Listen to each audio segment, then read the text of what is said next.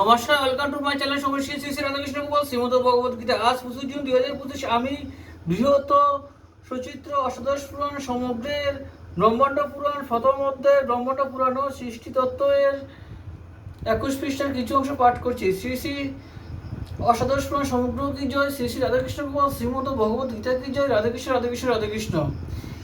এই নারায়ণই বরাহের রূপ ধারণ করে জলমগ্ন পৃথিবীকে উদ্ধার করেন। সেই বরাহ ছিল 10 যোজন বিস্তৃত এবং 100 যোজন উন্নত। বরাহটি দেখতে ছিল মেঘের মতো, গর্জনও তাদৃশ বিশাল পর্বতের মতো। তার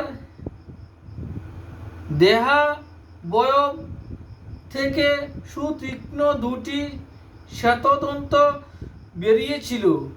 অগ্নির সমতার চোখের দৃষ্টি, স্থূল আয়তন, বুকটি ছিল পিনোন্নত। এক কথায় বলতে গেলে বরাহটি ছিল শত দিক দিয়ে শুভ লক্ষণযুক্ত।